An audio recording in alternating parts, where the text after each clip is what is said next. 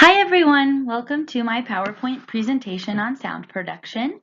My name is Yoli and today we are going to talk a little bit more about how sound is produced through the human vocal tract, how it's possible that we can create such a variety of sound through the use of these different cavities, and the infamous F word, the formants. So let's begin.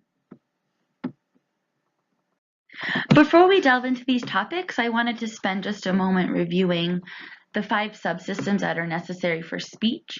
For me, it's been helpful to look at the big picture, move to the details, and then see the big picture more fully. So we know from previous classes and our current studies that speech is made possible by 5 subsystems. These include respiration, phonation, resonance, articulation, and prosody. This will be important later on in this slideshow as we explore the source filter theory. And for the purposes of this slideshow, we're really going to focus on the phonation and resonance and the articulation and how these systems are working together to produce a wide variety of speech sounds.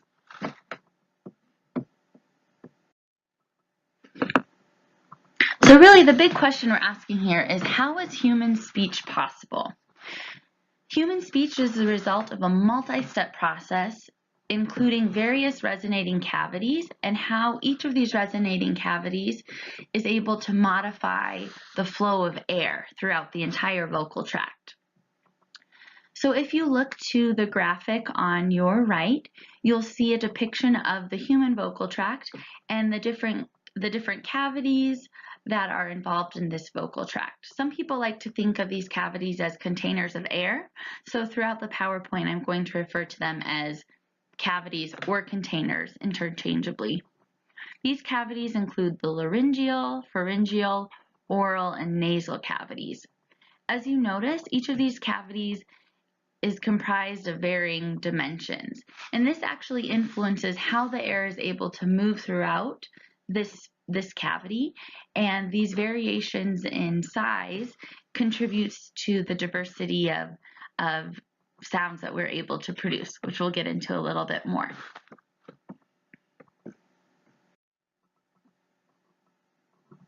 So what is actually happening within these cavities, or how is it possible that these cavities are filled with air in the first place? So these resonating cavities are filled with air, and that air enters our system through respiration. So when we take our big breath in, we're filling our lungs with air, and as this air exits our system, that's the initiation for speech sounds. If you think back to our lectures last week with Dr. Mo, we learned all about the movement of air, and that's really important when we're thinking about how our vocal tract creates speech, because our vocal tract is not able to create speech without this influx and efflux of air. So as we're moving through this PowerPoint, I want you to be thinking about how this air is moving through our system and how we modify this air. But just know that it all begins with air, and that's really the source of power for speech. As the air is moving through our system, it encounters a variety of resonating cavities, or these containers that we've been talking about.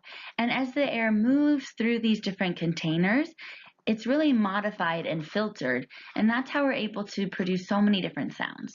If you're anything like me, you've probably been wondering how one human vocal tract is capable of doing things like singing opera, or capable of just whispering, or beatboxing, or any of the things that you can think of that humans use to express themselves.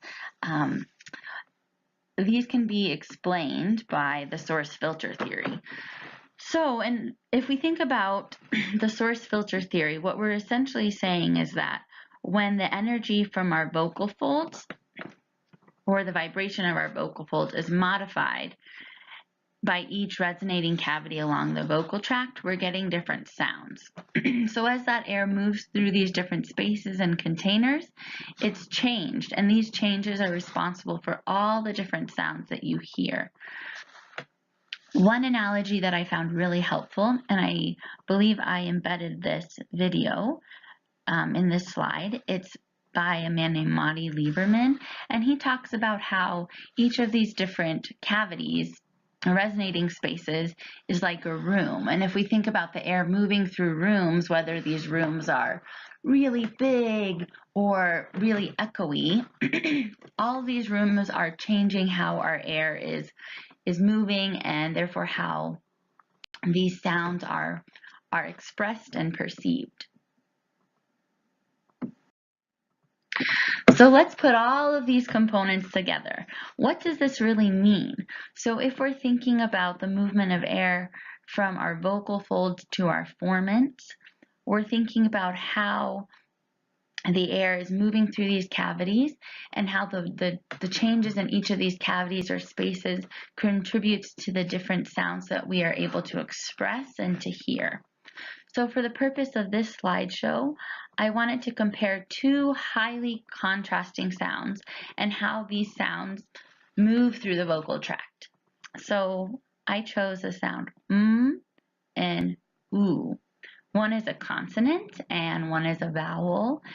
And if you're thinking back to our course in phonetics, you might be thinking that these different sounds are impacted by the manner, place, and voicing within our system. But we're going to break it down a little bit further. So remember that the vocal tract is like a hollow tube with 4 different valves. And these valves are the laryngeal valve, velopharyngeal valve, lingual valve, and labial valve. How these valves change alters the sounds that we create. So whether these valves are open or closed or elongated or rounded, that's really what's changing the perception of the sounds that are going through our system and how these sounds are expressed.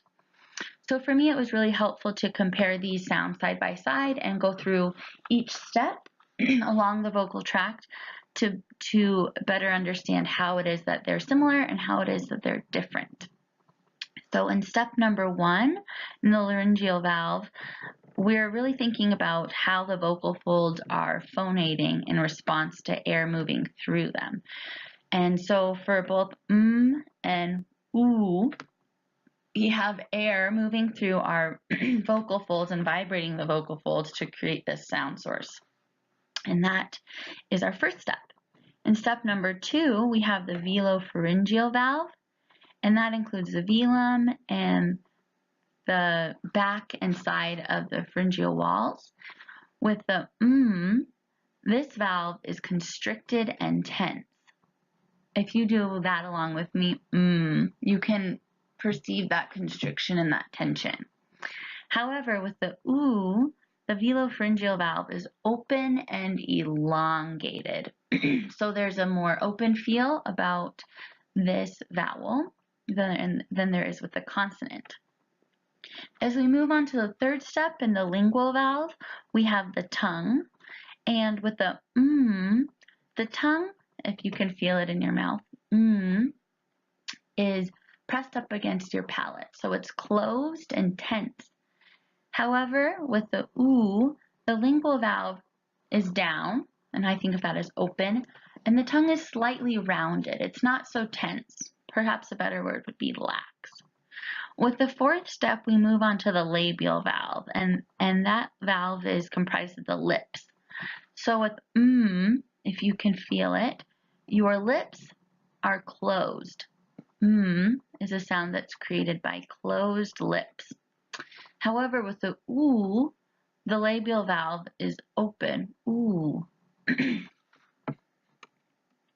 So if you want to play around with different sounds, it's really helpful to have 2 different sounds, such as a consonant and a vowel, because they're highly contrastive, and you can really feel those mechanisms at work in your oral cavity or in your nasal cavity and even in your laryngeal cavity. So the cool thing is that all these sounds are actually in you, and if you just take a moment to slow down and think about how they feel, it can really go a long way in helping you understand what is going on within these different resonators and articulators. So as we're thinking about all of these different sounds, we have to cover that F word, that infamous formants, the concept of formants that speech scientists either dread or think is fascinating. I haven't decided what I think quite yet, but going through this class, I'm gaining a better understanding, and I hope that this PowerPoint will help you understand formants a little bit better also. So as we're thinking about formants by definition are the natural frequency of each resonating cavity. So each of those air-filled containers within our vocal tract has its own formant. And that means that each of these spaces has a frequency that it likes to vibrate at most comfortably. And this frequency is determined by the dimensions of that cavity or the qualities of that cavity. Is it really tense? Is it open? Is there a lot of musculature that dampens sound? So each of these formants depends on the characteristics of the cavity. So even though our vocal tract characteristics are similar in design, each individual has their own formants because there are slight variations that create the unique nature of formants for each person. So even though my laryngeal cavity might be just a few centimeters shorter and longer than my neighbor's, it really changes the quality of the sounds that I can create. And this can explain why we have so many different voices or pitches among people. We don't all sound the same, and that's because of our formants. For speech scientists, the formants that they're most concerned with are F1, F2, and F3, and I guess F0, which is habitual pitch.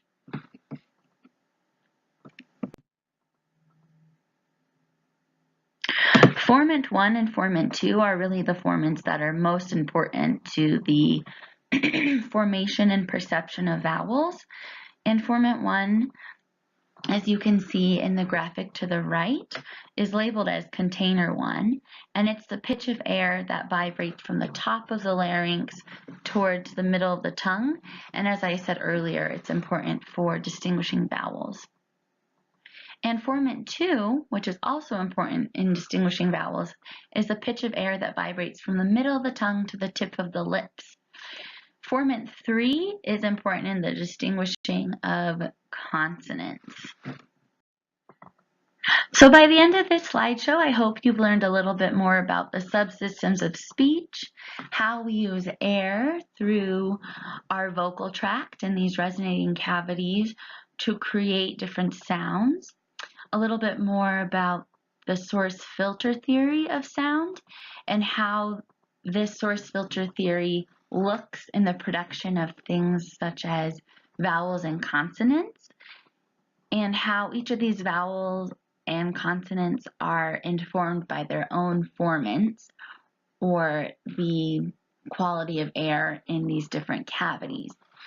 So now we're going to move back to the big picture, and I would like to leave you with this video by this man named Matti Lieberman and his synopsis of resonating cavities and the source filter theory and sound has been really helpful for me.